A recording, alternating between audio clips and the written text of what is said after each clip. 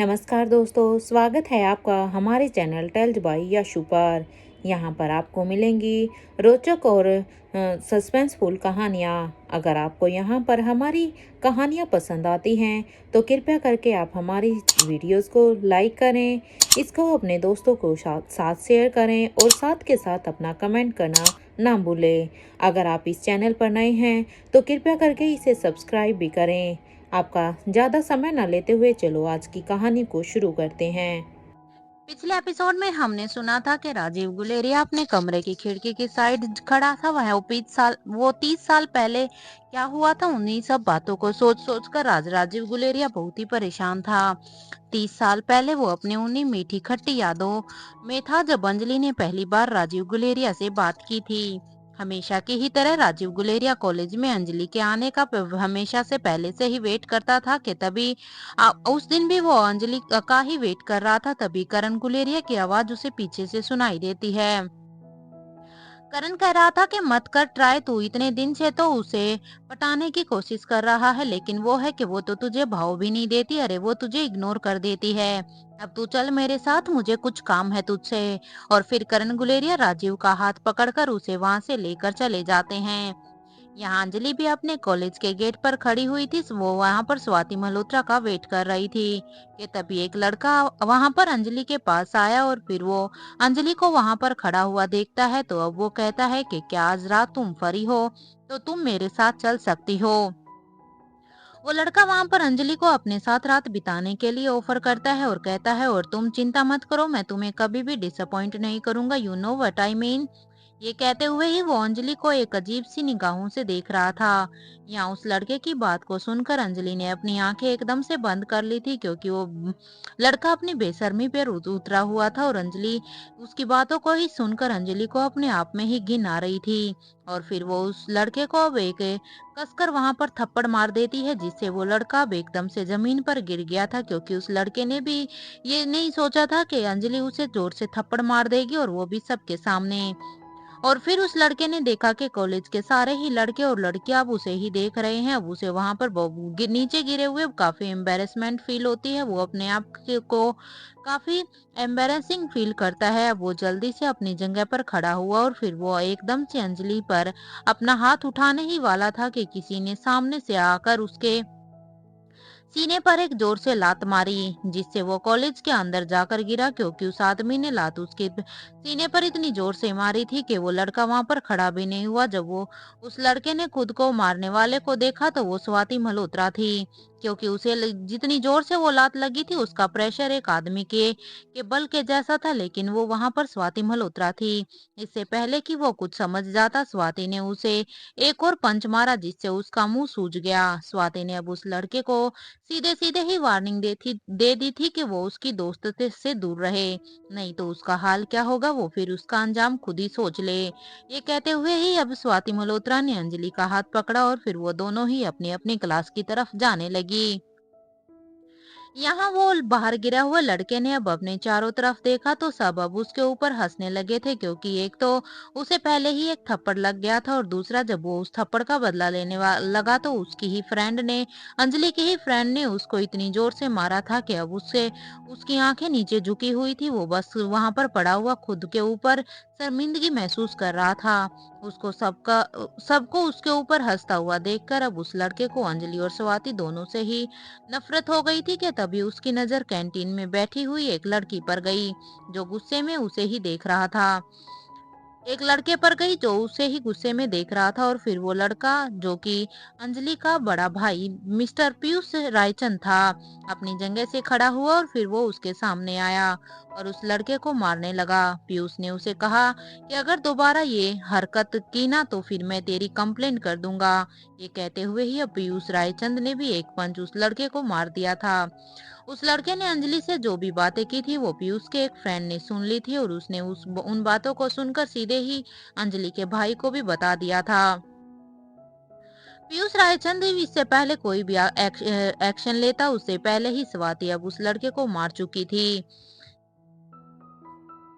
उस लड़के को मारने के बाद अब पीयूष सीधा ही अपनी बहन अंजलि से मिलने के लिए चला जाता है, क्योंकि पीयूष जानता था कि जो बातें अभी भी बाहर हुई है उसका उसकी बहन के दिमाग पर क्या असर हुआ होगा। यहाँ वो लड़का अभी भी यही सोच रहा था कि पीयूष ये तुमने अच्छा नहीं किया, अब देखना आरजी तुम्हारा क्या हाल करता है, क्योंकि वो आरजी का फ्रेंड था जिस लड़के ने अंजलि को छेड़ा था।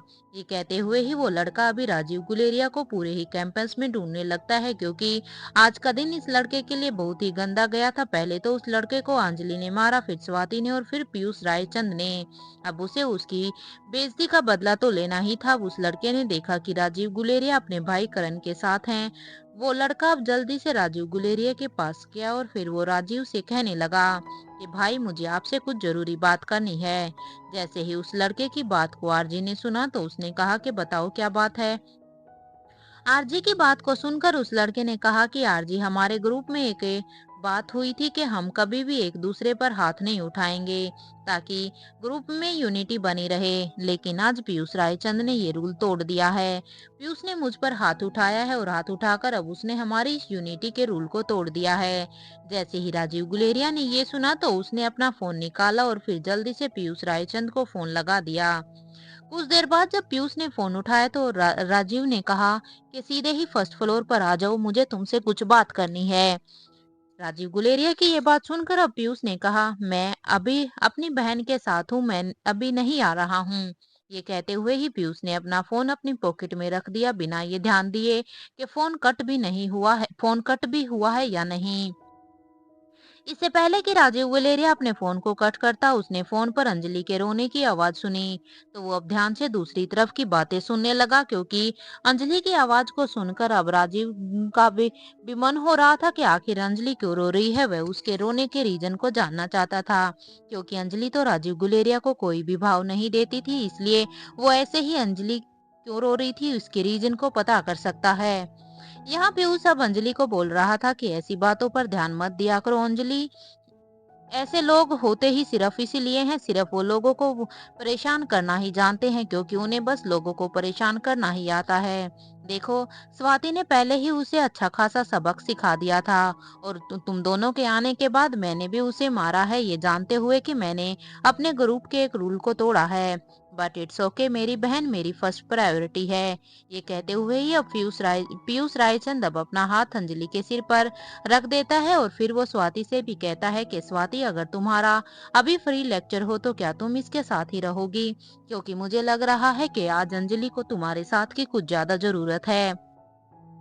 पीयूष की ये इस बात को सुनकर तो स्वाति भी हाँ में अपना सिर हिला देती है और फिर वो अंजलि से कहती है चलो हम तुम्हारी फेवरेट पेस्ट्री खाने के लिए चलते हैं। ये कहते हुए ही स्वाति मल्होत्रा अब अंजलि का हाथ पकड़कर उसे कैंटीन की तरफ ले जाती है। यहाँ पीयूष इस बात से अनजान था कि उसकी सारी ही बातें दूसरी तरफ आरजी ने सुन ली थी, क्योंकि पीयूष का फोन अभी भी डिस्कनेक्ट नहीं हुआ था। और अब राजीव गुलेरिया भी यही समझ गया था कि आखिर पीयूष ने उस लड़के को क्यों मारा था, क्योंकि जब उन्होंने उनकी सारी ही बातें सुन ली थी तो यहाँ पर राजीव को समझने में भी ज्यादा देर नहीं लगी कि यहाँ पर सारी ही गलती उस लड़के की थी। ये सब कुछ फोन पर सुनने के बाद अब राजीव ने अपना एक हाथ की मुट्ठी बीच लिया था और फिर उस लड़के को एक जोर का पंच मारा। राजीव के पंच को सहन करना इतना आसान नहीं था उस लड़के के लिए। अब वो उसके पंच से सीधा ही नीचे गिर जाता है और वो वहीं पर ही एक ही पंच में बेहोश हो गया। ये देखकर तो करण भी एकदम से हैरान होकर अब राजीव को ही देख रहा था। फिर करण ने राजीव से पूछा क्या किया है इसने, तुमने इतनी जोर से इसे क्यों मारा है, देखो तो बेचारा बेहोश हो गया। करण की इस बात पर राजीव गुलेरिया कहता है कि कुछ नहीं, चल छोड़ इसे।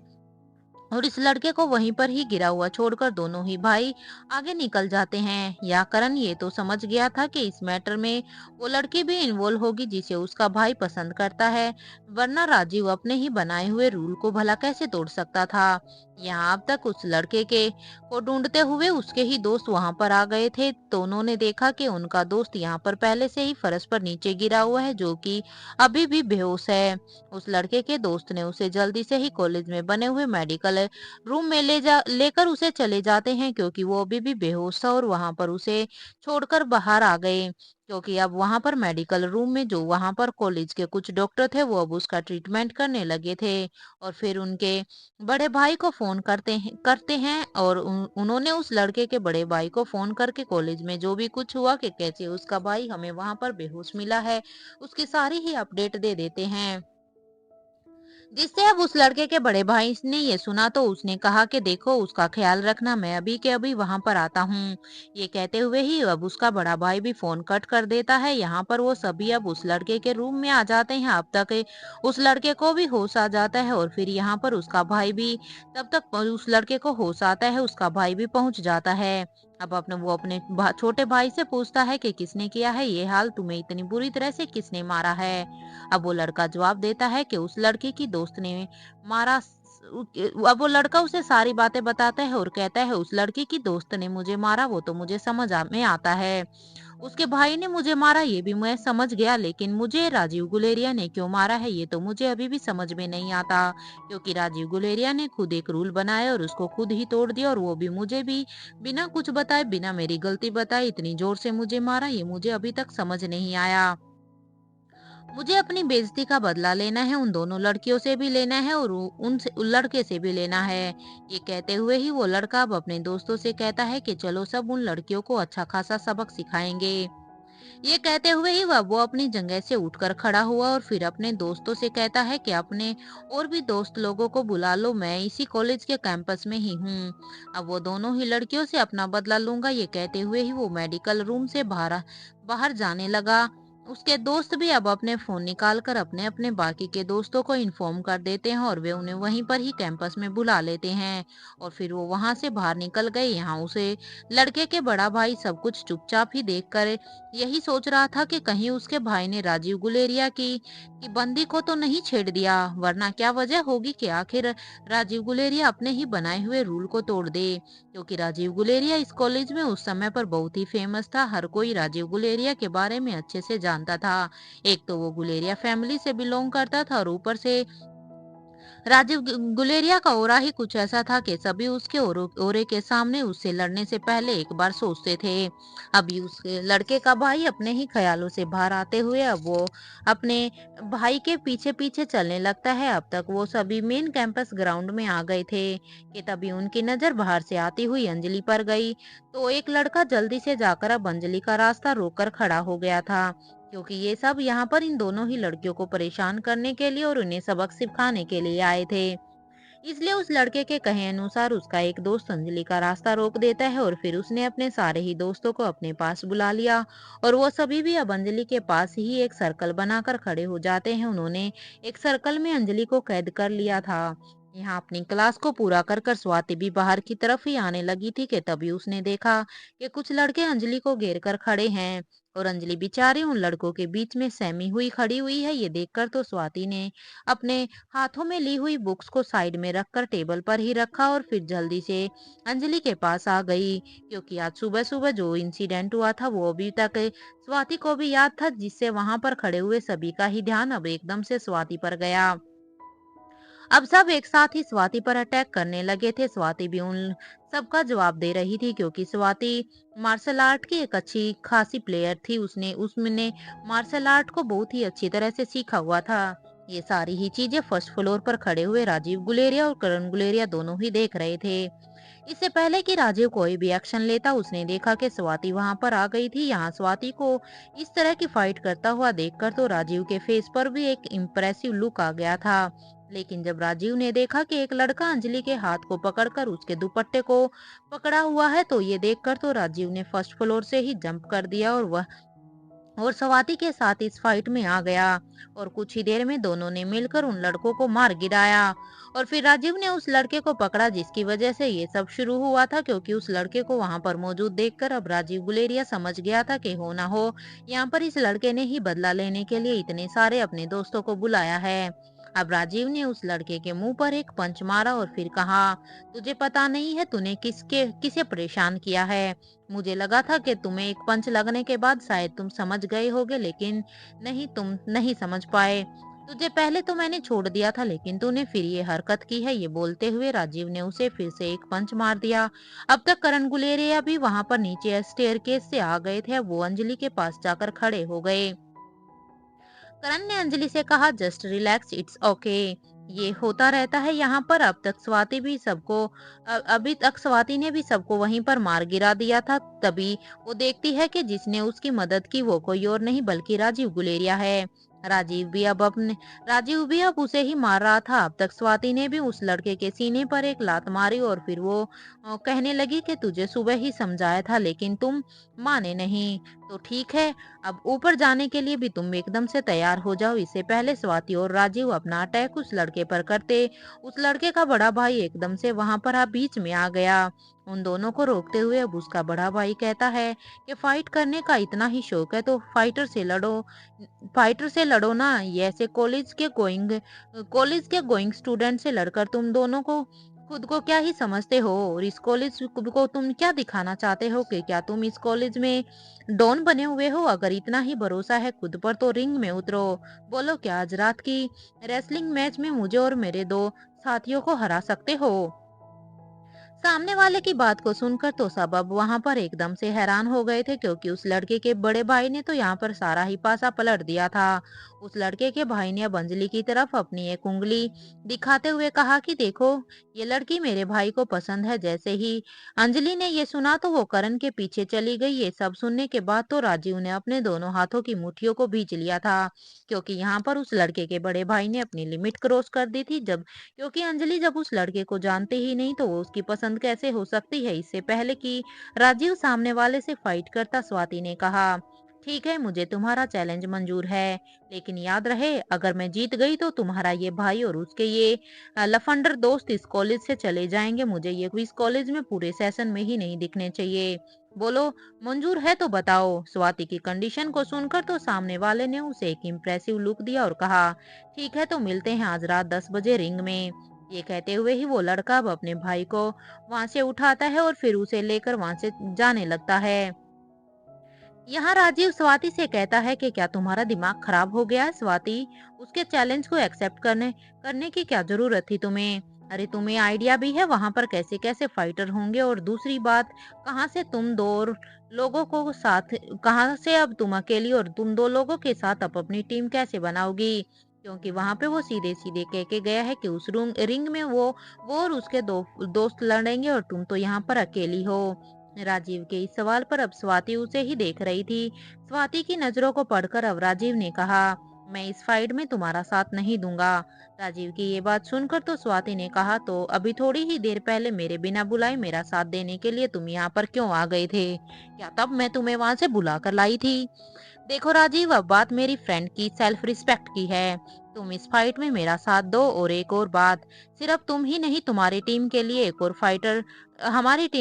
एक और फाइटर ढूंढ सकते हो तो प्लीज कर दो, मना मत करना। अब राजीव और स्वाति दोनों में ही अब आपस में बहस होने लगी थी। तभी राजीव कहता है कि तुम बिना सोचे समझे ऐसा डिसीजन कैसे ले सकती हो? तो वही स्वाति भी अब अपनी बात पर कायम थी, क्योंकि स्वाति भी यहाँ पर सीधा सीधा ही कह चुकी थी कि वो यहाँ पर अपनी फ्रेंड की सेल्फ रिस्पेक्ट के लिए कुछ भी कर सकती है। इन दोनों की ऐसी आपस में बहस देखकर तो करण ने अब अंजलि से कहा, क्या तुम मेरे साथ कॉफी पीने चलोगी? करण की ये बात सुनकर अब अंजलि उसे हैरानी से देख रही थी। अपनी बात को ऐसे बढ़ाते हुए करण कहता है, देखो, मुझे नहीं लगता कि इन दोनों की बहस अभी खत्म होगी, क्योंकि ये दोनों अपनी अपनी बात पर ही अड़े हुए हैं और दोनों की ही बात में दम है। अब हमारे पास टाइम पास करने के लिए इससे अच्छा ऑप्शन नहीं हो सकता। तो जब तक इन दोनों की कहानी आपस में सुलझती है तो क्यों ना तब तक हम दोनों कॉफी पीने ही चले। करण की बात सुनकर अब अंजलि भी हाँ में अपना सिर हिला देती है और फिर वो करण और अंजलि दोनों ही अब राजीव और स्वाति को वहीं पर ही बहस करता हुआ छोड़कर वहां से चले जाते हैं। तभी अंजलि ने करण से कहा कि मैंने यहाँ पर हर लड़की के मुंह से सुना है कि आप बहुत ही अच्छे फुटबॉल प्लेयर हैं। ये कहते हुए ही अब अंजलि करण की करण की तरफ देखती है तो करण के चेहरे पर कोई एक्सप्रेशन नहीं था। अपनी बात को आगे बढ़ाते हुए अंजलि कहती है, तो फिर आप लास्ट वीक जो फुटबॉल मैच हुआ था गर्ल्स वर्सेस बॉयज का, मेरा मतलब है कि आपका और स्वाति का, तो फिर आप उसे हार क्यों गए थे? अंजलि की इस बात पर अब करण बिना किसी एक्सप्रेशन के जवाब देता है, शायद स्वाति मुझसे ज्यादा अच्छा खेलती है इसलिए मैं हार गया था। करण की इस हाजिर जवाबी पर अंजलि के चेहरे पर भी एक स्माइल आ जाती है। अब तक करण और अंजलि दोनों ही अपनी कैंटीन में पहुंच गए थे। तभी करण ने अंजलि से कहा कि तुम यहाँ पर बैठो, मैं कॉफी के लिए बोल कर आता हूँ। करण की ये बात सुनकर अब अंजलि भी हाँ में अपना सिर हिला देती है।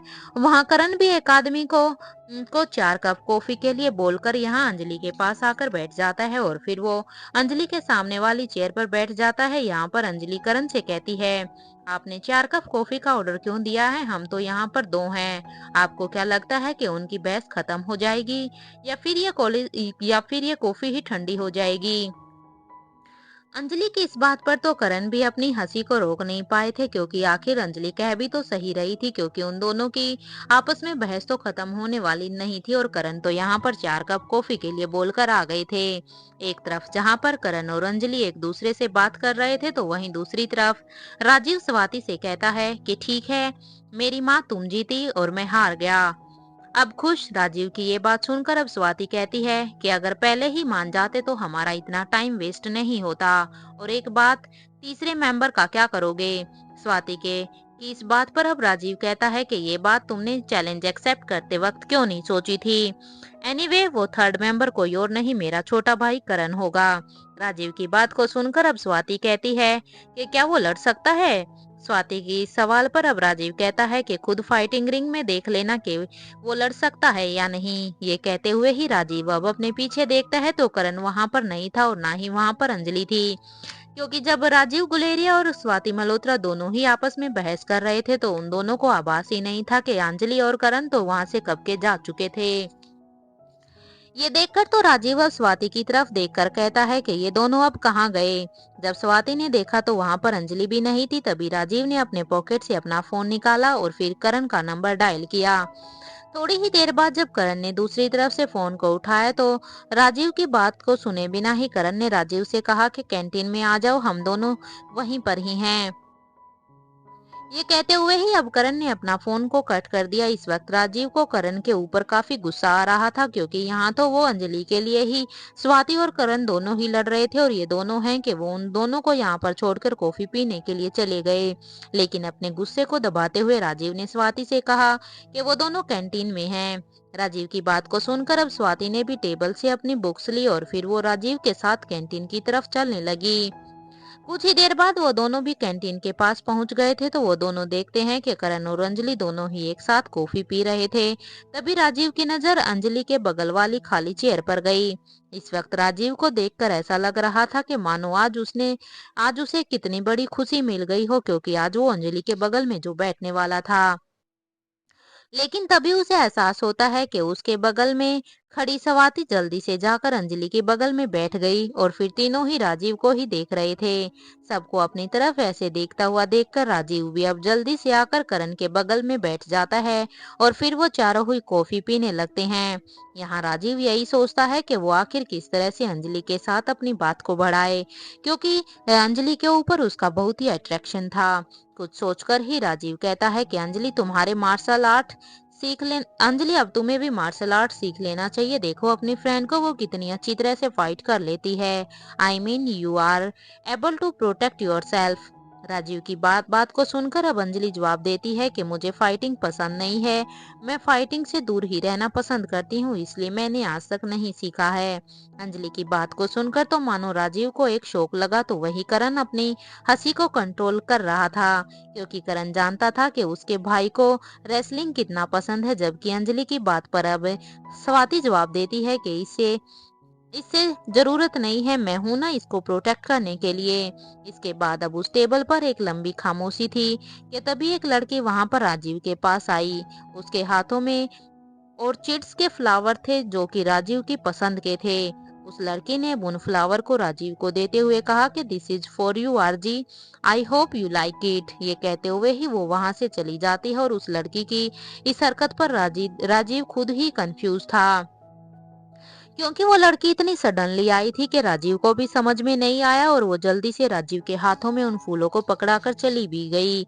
वो नहीं चाहता था कि अंजलि उसके बारे में कोई भी गलत राय बनाए। तभी राजीव ने अपने ही ख्यालों में ही था कि तभी उसे एहसास होता है कि अंजलि चीख रही थी। राजीव के साथ अब करण भी हैरान हैरान था कि अभी तो अंजलि बिल्कुल ठीक थी, तो अचानक से उसे क्या होगा। राजीव और करण दोनों ही हैरान होकर कभी अंजलि को देखते तो कभी स्वाति को। स्वाति ने राजीव की तरफ रखे हुए उन ऑर्चिड को उठाया और फिर उन्हें कैंटीन में काम कर रहे एक लड़की को देते हुए कहा कि क्या इसे यहाँ से कहीं दूर ले जा सकती हो। स्वाति की इस हरकत पर तो करण और राजीव दोनों ही एकदम से हैरान थे। तभी उनकी नजर अंजलि पर गई, जिसकी जो अभी भी छींक छींक मार रही थी, लेकिन जैसे ही वो फ्लावर वहां से दूर गए हैं तो वो छींक मारनी उसने बंद कर दी थी। अब तक उसकी छींक भी बंद हो चुकी थी। अपनी जगह पर बैठते हुए अब स्वाति ने कहा, अंजलि को ऑर्चिड के फूलों से एलर्जी है, so boys be careful next time. ये गलती नहीं होनी चाहिए। स्वाति की ये बात सुनकर तो राजीव ने अपने अपने एक हाथ सिर पर दे मारा और यहाँ करण जिसे अभी भी अपनी ही हंसी पर कंट्रोल किए हुए था, उसकी हंसी अब एकदम से छूट जाती है। क्योंकि आज यहाँ पर जो भी कुछ हो रहा था वो सब अपोजिट था। क्योंकि राजीव गुलेरिया को यहाँ पर रेसलिंग पसंद थी, उसके विपरीत अंजलि मल्होत्रा को फाइटिंग से रेसलिंग से नफरत थी। दूसरी तरफ राजीव गुलेरिया को यहाँ पर ऑर्चिड के फूल राजीव गुलेरिया के फेवरेट थे, लेकिन यहाँ पर ऑर्चिड के फूलों से स्वाति को लेकिन ऑर्चिड के फूलों से यहाँ पर अंजलि को एलर्जी थी। यहाँ पर दोनों ही सिचुएशंस में ये दोनों ही विपरीत थे। इन सब बातों को सोचते हुए करण को जोर से हंसी आ रही थी, लेकिन काफी टाइम से कंट्रोल करने के बाद अब करण गुलेरिया अपनी हंसी पर कंट्रोल नहीं कर पाते और वो अब जोर जोर से हंसने लग जाते हैं। लेकिन इससे पहले कि किसी की उस पर नजर जाती, वो जल्दी से टिश्यू पेपर अपने मुंह पर रख देता है ताकि किसी को भी पता न चले करण की इस हरकत पर। राजीव ने तभी उसे एक लात मारता है, क्योंकि राजीव यहाँ समझ गया था कि उसका छोटा भाई उसकी सिचुएशन का मजा ले रहा है। ऑर्चिड राजीव की फेवरेट फ्लावर में से एक थे और यहाँ अंजलि को उसी से एलर्जी है। यहाँ स्वाति करण से पूछती है कि क्या तुम फाइट कर सकते हो। स्वाति की ये बात सुनकर अब करण स्वाति और राजीव दोनों को ही एक साथ हैरानी से देखता है, क्योंकि स्वाति मल्होत्रा ने सीधे ही करण से ये क्वेश्चन कर लिया था। तभी स्वाति अपनी बात को आगे बढ़ाते हुए कहती है, देखो अगर तुम्हें फाइट करना नहीं आता है तो हमें अभी बता दो, हम किसी और को अपनी टीम में किसी तीसरे मेंबर को जोड़ लेंगे। स्वाति की इस बात पर अब राजीव ने कहा कि मैंने कहा ना, तुमसे ये लड़ सकता है, तो बात यहीं पर ही खत्म, तुम इससे क्यों पूछ रही हो। और हाँ, अब हमें यहाँ से चलना चाहिए, वैसे भी हमें वहाँ पहुँचने में टाइम लगेगा। राजीव के ऐसा कहते ही सभी अब अपनी जगह से खड़े हो जाते हैं। तभी राजीव कहता है, मुझे लगता है हम चारों को एक साथ ही जाना चाहिए। और वैसे भी पीयूष अभी लाइब्रेरी में ही होगा, तो मेरे ख्याल से अंजलि तुम्हें अपनी गाड़ी उसके लिए छोड़ देना चाहिए, तुम हमारे साथ चलो। राजीव की ये बात सुनकर तो अंजलि कहती है कि क्या मेरा आप सबके साथ जाना जरूरी है। मैं वहां पर जाकर क्या ही करूंगी, क्योंकि मुझे तो रेसलिंग खुद पसंद भी नहीं है। अंजलि की इस बात पर अब स्वाति कहती है कि तुम हमें देखना और हमें चीयर करना। ये कहते हुए ही स्वाति राजीव और करण को देखने लगती है। क्योंकि स्वाति कहती है कि आखिर ये लड़ाई भी तो तुम्हारे लिए ही हम लोग लड़ रहे हैं, इसलिए तुम्हें तो हमारे साथ चलना ही होगा। अब राजीव समझ जाता है और फिर वो जल्दी से पार्किंग एरिया में चले जाते हैं और फिर राजीव वहां से अपनी गाड़ी लेकर आ जाता है और फिर वो अंजलि के सामने गाड़ी खड़ी कर देता है, इस उम्मीद में कि शायद अंजलि उसके बगल में ही बैठ जाएगी। लेकिन वो देखता है कि अंजलि गाड़ी के पीछे वाली सीट का दरवाजा खोलती है और फिर वो उसकी गाड़ी के अंदर पीछे वाली सीट पर बैठ जाती है। फिर उसके बगल में ही पीछे स्वाति भी बैठ जाती है। यहाँ राजीव की उम्मीद यहाँ भी टूट जाती है कि तभी वो देखता है कि बाहर करण उसे मुस्कुरा कर देख रहा था। और फिर करण राजीव से कहता है कि भाई, क्या मैं तेरे बगल में बैठ जाऊं। क्योंकि करण गुलेरिया ने भी ये बात राजीव को चिढ़ाते हुए ही कही थी, क्योंकि यहाँ पर राजीव गुलेरिया के अरमानों पर तो पानी फिर चुका था। ये बात सुनकर तो राजीव गुलेरिया समझ जाता है कि उसका भाई उसके जले हुए पर नमक छिड़कने का काम कर रहा है। राजीव अब चिढ़कर कहता है कि जल्दी से बैठ जा, वरना तुझे यहीं पर ही छोड़कर चला जाऊंगा। करण भी अब जल्दी से आकर राजीव के बगल में बैठ जाता है, क्योंकि अपने भाई राजीव की हरकतों से तो करण भी अच्छी तरह से जानता था। उसे पता था कि अगर अब राजीव को गुस्सा आ गया तो वो सच में उसको यहीं पर ही छोड़कर चला जाएगा, इसलिए उसे फिर अकेले जाना पड़ेगा। फिर राजीव अपनी गाड़ी को आगे बढ़ा लेता है कॉलेज कैंपस से 10 किलोमीटर दूर एक बिल्डिंग के सामने। राजीव अपनी गाड़ी को रोकता है क्योंकि राजीव अब उस लोकेशन पर पहुंच चुका था जहां पर वो फाइटिंग होने वाली थी। वहां पर स्वाति देखती है कि ये तो एक मॉल है। अब स्वाति राजीव से कहती है कि देखो शायद हम गलत एड्रेस पर आ गए हैं। स्वाति की बात को सुनकर अब राजीव कहता है, क्या तुम जानती हो कि तुमने किसका चैलेंज एक्सेप्ट किया है? राजीव की बात सुनकर स्वाति ने जवाब दिया कि हाँ, उस लड़के के भाई का, और किसका? स्वाति की बात को सुनकर अब राजीव कहता है कि वो अंडरवर्ल्ड के डॉन का खास आदमी है जो पूरी ही दिल्ली पर अपना कंट्रोल रखता है। बड़े से बड़ा गैंगस्टर भी उसके आगे अपना मुंह बंद रखता है। राजीव की बातें सुनकर तो अंजलि और स्वाति दोनों ही एक दूसरे को फटी हुई आंखों से देखती है, क्योंकि स्वाति ने तो खुद सपने में भी नहीं सोचा था कि वो यहाँ पर एक अंडरवर्ल्ड डॉन के आदमी का चैलेंज एक्सेप्ट कर गई। तभी अंजलि अब उन तीनों से ही कहती है कि छोड़ो, अब हम यहाँ से चलते हैं क्योंकि यहाँ पर फाइट करने का कोई भी फायदा नहीं है। अंजलि को राजीव गुलेरिया की बातों को ही सुनकर डर लगने लगा था। हमें इन सब में नहीं पढ़ना है, वैसे भी इन सब में पढ़ने का क्या फायदा। अंजलि की बात को सुनते हुए करण की नजर सामने से आ रहे ग्रुप पर पड़ी। वो समझ गया था कि उनके अपोजिट फाइट ने पूरा कॉलेज के स्टूडेंट, प्रोफेसर सबको ही यहाँ पर बुलाया है ताकि वो सबके सामने अंजलि और स्वाति को नीचा दिखा सके, क्योंकि उन्होंने यहाँ पर अपनी बेइज्जती का बदला लेने के लिए पूरा ही इंतजाम पहले से ही किया हुआ था। करण अब अपनी धीमी लेकिन दमदार आवाज में कहता है, अब पीछे हटने का कोई सवाल ही पैदा नहीं होता। अगर हम लोगों ने चैलेंज को एक्सेप्ट कर लिया है तो हम अब किसी भी हाल में पीछे नहीं हट सकते, क्योंकि अगर हम यहाँ से पीछे हटे तो उसमें भी उन लोगों को ही बढ़ावा मिलेगा। करण की ये बात सुनकर राजीव भी अब हैरान होकर करण को देखता है। यहाँ यहाँ पीछे बैठी हुई स्वाति और अंजलि भी करण को ही देख रही थी। सबकी नजरों को इग्नोर करते हुए करण कहता है, चलो पहले मॉल में चलकर फाइटिंग आउटफिट लेकर चेंज कर लेते हैं, और हाँ, मास्क भी ले लेना। करण की ये बात तो स्वाति और अंजलि दोनों के ही सिर से ऊपर जा रही थी। क्यों आखिर करण मास्क लेने के लिए क्यों बोल रहा है? दोनों को करण की बात समझ नहीं आ रही थी, लेकिन करण के बगल में बैठे हुआ राजीव सब समझ रहा था कि आखिर करण का क्या प्लान है। कुछ ही देर में चारों ही अपनी गाड़ी से निकलकर सीधा ही मॉल में चले जाते हैं। स्वाति अब अंजलि से कहती है, मुझे तो लगा था कि ये कोई कॉलेज की नॉर्मल फाइट होगी, लेकिन ये तो कुछ और ही है। पर कोई बात नहीं, मैं फाइट कर लूंगी, क्योंकि यहाँ बात मेरी बेस्ट फ्रेंड की सेल्फ रिस्पेक्ट की है। लेकिन पता नहीं रेसलिंग रिंग में क्या होगा। अपने डर पर काबू करते हुए स्वाति अब जल्दी से अपनी फाइटिंग आउटफिट लेती है और वो चेंज करने के लिए चली जाती है।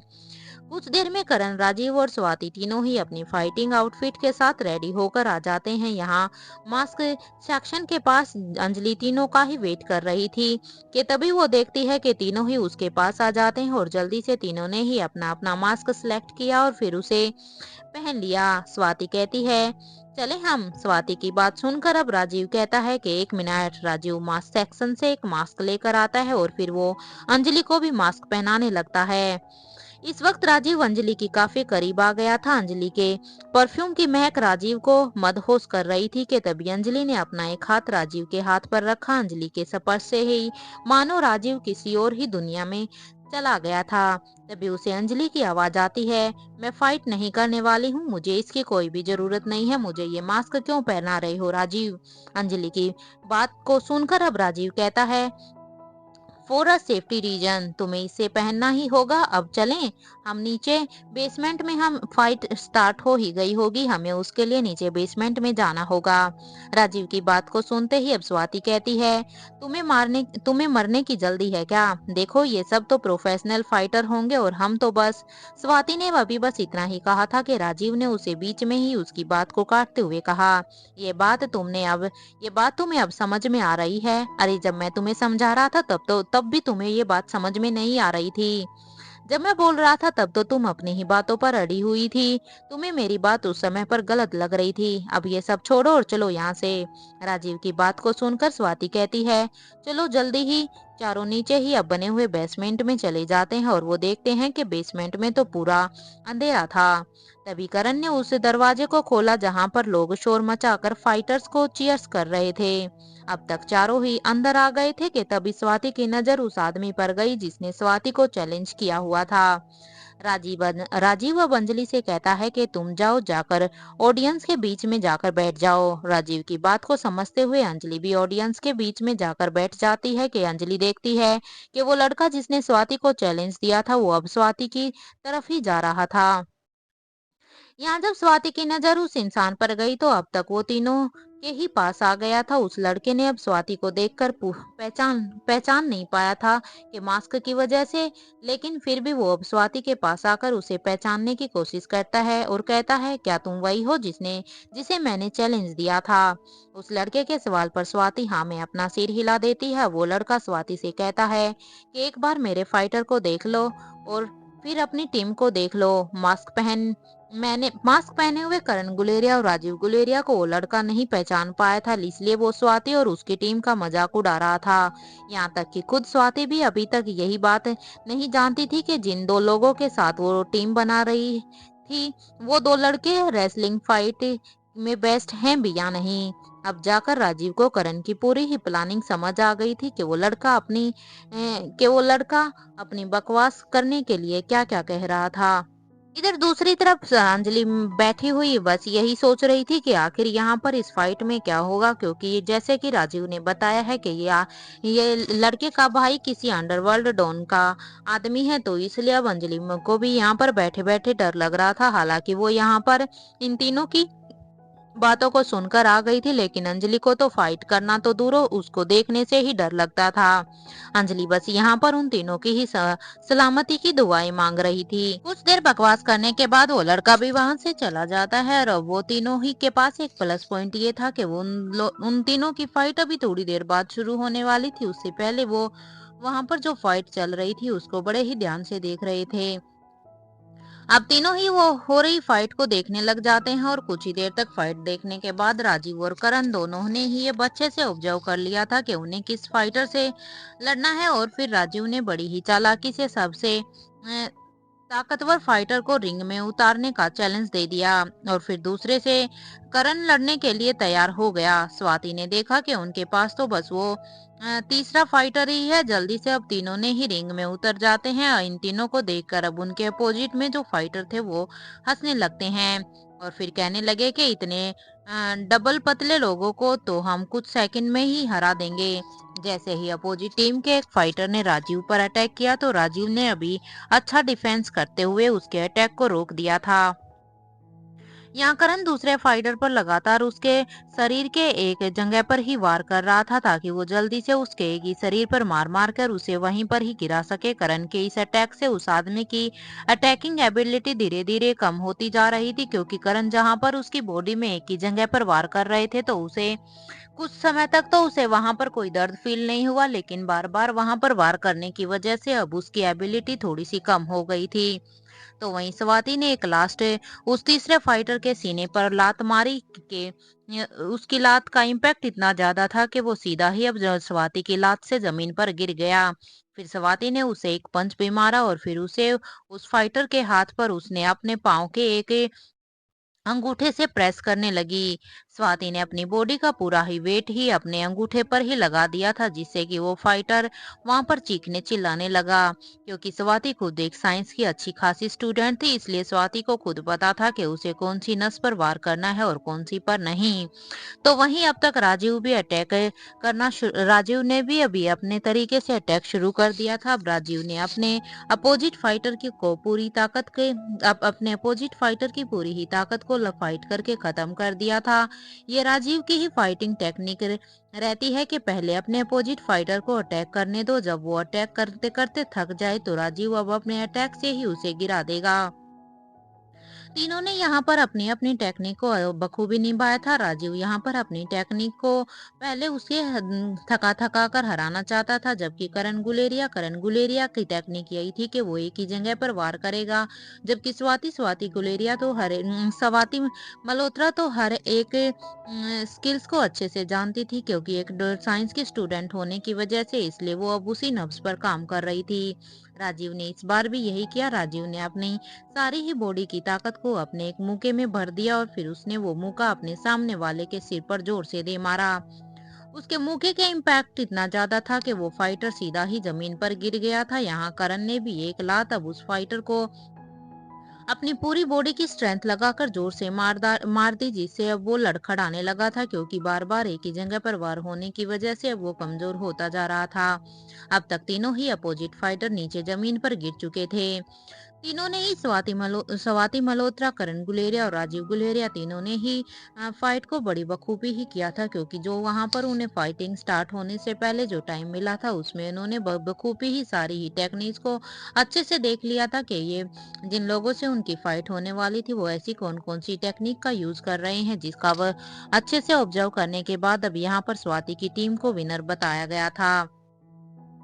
स्वाति की टीम के विनर बनते ही अब अंजलि अपनी जगह पर खड़ी हुई। अंजलि की खुशी का कोई भी ठिकाना नहीं था। वो वहां पर खड़ी होकर जोर जोर से ताली बजाने लगी। यहाँ रिंग में खड़ा हुआ राजीव गुलेरिया के चेहरे की स्माइल को उसके मास्क में भी देख सकता था।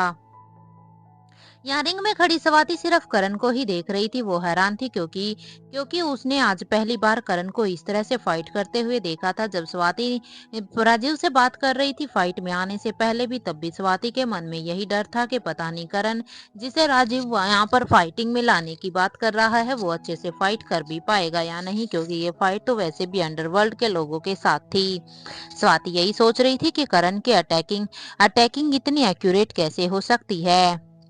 ये सोचते हुए ही स्वाति सिर्फ करण को ही देख रही थी। यहाँ करण की नजर भी अब अंजलि को ही देख रही थी। करण जानता था कि आज जो उसके साथ हुआ था वो सोचकर ही अंजलि का क्या हाल हुआ होगा, क्योंकि भले ही करण यहाँ पर सारी ही सिचुएशंस को नॉर्मली ले रहा था, लेकिन एक लड़की के ऊपर जब कोई लड़का उसे छेड़ता है या बदतमीजी करता है तो उसके लिए उसका मन पर उसका कितना ही इफेक्ट होगा। लेकिन करण को एहसास हुआ तभी के स्वाति उसी को ही देख रही थी। करण ने आंखों के इशारे से अब स्वाति से पूछा है कि क्या हुआ, मुझे ऐसे क्यों देख रही हो। स्वाति ने करण के इस आंखों के इशारे से स्वाति भी ना में अपना सिर हिला देती है। वो तीनों ही रिंग से नीचे उतर गए थे और उनके कानों में अब ऑडियंस का शोर भी आ रहा था। ऑडियंस के बीच बैठी हुई अंजलि अब उन तीनों के ही पास जाने वाली थी कि तभी अंजलि को एहसास हुआ कि किसी ने उसके मुंह पर हाथ रख दिया था, क्योंकि अंजलि इससे पहले कुछ भी अपने मुंह से बोल पाती, किसी ने उसके मुंह को ही बंद कर दिया था। वो स्वाति को चिल्लाने वाली थी कि तभी उसे एहसास होता है कि वो बोल ही नहीं पा रही है। उसने छटपटाने की बहुत ही कोशिश की। अंजलि अपने आप को छुड़ाने की बहुत ही कोशिश कर रही थी, लेकिन जिसने भी उसे पकड़ा था उसने अपना इतना मजबूत हाथों से उसे पकड़ा हुआ था। फिर वो लोग उसे अपने कंधे पर उठाकर वहां से ले जाने लगा। अंजलि को एहसास होता है कि उसके मुंह पर हाथ के साथ साथ कोई उसे अपने साथ लेकर जा रहा है। कभी अंजलि ज्यादा जोर से न छटपटाए, इसलिए अब उसके किसी साथी ने उसके मुंह पर जल्दी से क्लोरोफॉर्म सूंघा दिया था, जिसकी वजह से अब अंजलि वहीं पर ही बेहोश हो जाती है। वो अब कोई कुछ भी नहीं कर पाती और अब वो लोग जिन्होंने उसे क्लोरोफॉर्म सूंघाया था उसे वो आसानी से वहां पर बाहर लेकर जा सकते थे, क्योंकि उस बेसमेंट में सारी ही रोशनी वहां पर रिंग के ऊपर थी। वहां पर ऑडियंस के ऊपर रोशनी थोड़ी सी कम थी, जिससे कि वे लोग आसानी से उसे वहां से बाहर लेकर जा सकते थे। उसे बाहर की तरफ ले जाने के बाद उन लोगों की भीड़ में भी अब राजीव सिर्फ अंजलि को ही ढूंढ रहा था, क्योंकि थोड़ी देर पहले तो राजीव अंजलि को वहां पर देख पा रहा था, लेकिन जैसे ही राजीव का वहां पर ध्यान भटका तो राजीव ने देखा कि वहां पर अंजलि है ही नहीं। राजीव ने भी उन लोगों को अंजलि को ले जाते हुए नहीं देखा था। तभी उसकी नजर अब उन लोगों पर जाती है जो अंजलि को लेकर बाहर की तरफ जा ही रहे थे, क्योंकि जब राजीव को अंजलि वहां पर उसकी सीट पर दिखाई नहीं दी तब राजीव ने वहां पर ऑडियंस में चारों तरफ अपनी नजरें घुमाकर देखी तो वहां पर दरवाजे के पास से कुछ लोग अंजलि को उठाकर लेकर जा रहे थे। तभी राजीव ने स्वाति के कान में कहा कि दरवाजे की तरफ देखो। जब राजीव की बात को सुनकर स्वाति ने देखा तो वो समझ गई थी कि वो लोग अंजलि को लेकर जा रहे थे। यहाँ स्वाति ने करण का हाथ पकड़ा और उसे इशारा किया कि बाहर चलें। तभी तीनों ही अब लोगों की भीड़ को इग्नोर करते हुए बड़ी ही चालाकी से वहां उस दरवाजे की तरफ जाने लगे, क्योंकि तीनों ही अच्छी तरह से जानते थे कि यहाँ पर ये एक ट्रैप भी हो सकता है, क्योंकि यहाँ पर इन लोगों ने बड़ी ही चालाकी से उन्हें यहाँ पर बुलाया। और जब ये लोग जीत गए थे तो अब उन्होंने यहाँ पर अंजलि को ही किडनैप करना चाहा। कुछ ही देर में अब वो तीनों भी दरवाजे के पास पहुंच गए थे। दरवाजे के को खोलकर जब वो बाहर आए तो उन तीनों ने देखा कि जिस लड़के ने उन्हें चैलेंज किया था वो अपने कुछ आदमियों के साथ अंजलि को कहीं पर लेकर जा रहा था। क्योंकि जब उस लड़के ने देखा कि वो यहाँ पर अपने इस चैलेंज को हार गया है तो उसने यहाँ पर अपना दांव ही दूसरा घुमा दिया था। उसने अंजलि मल्होत्रा को यहाँ पर किडनैप कर लिया था। अब उस लड़के को ऐसे अपनी जुबान से फिरता हुआ देखकर और उन्हें और यहाँ पर स्वाति को और उस राजीव और करण को धोखा हुआ देते हुए देखकर अब उसने गुस्से में स्वाति ने कहा, इस बार ये मुझे नहीं इस बार अब ये मेरे हाथों से नहीं बच पाएगा। मैं जा रही हूँ, इसके पीछे मेरी बेस्ट फ्रेंड का सवाल है। ये कहते हुए ही अब स्वाति वहां से उस लड़के की तरफ भागती है, लेकिन इससे पहले स्वाति कुछ भी कर पाती वो जल्दी से अपनी गाड़ी में बैठ जाते हैं। इसलिए अब स्वाति भी राजीव और करण को इतना कहने के बाद अब उस लड़के को मारने के लिए दौड़ती है।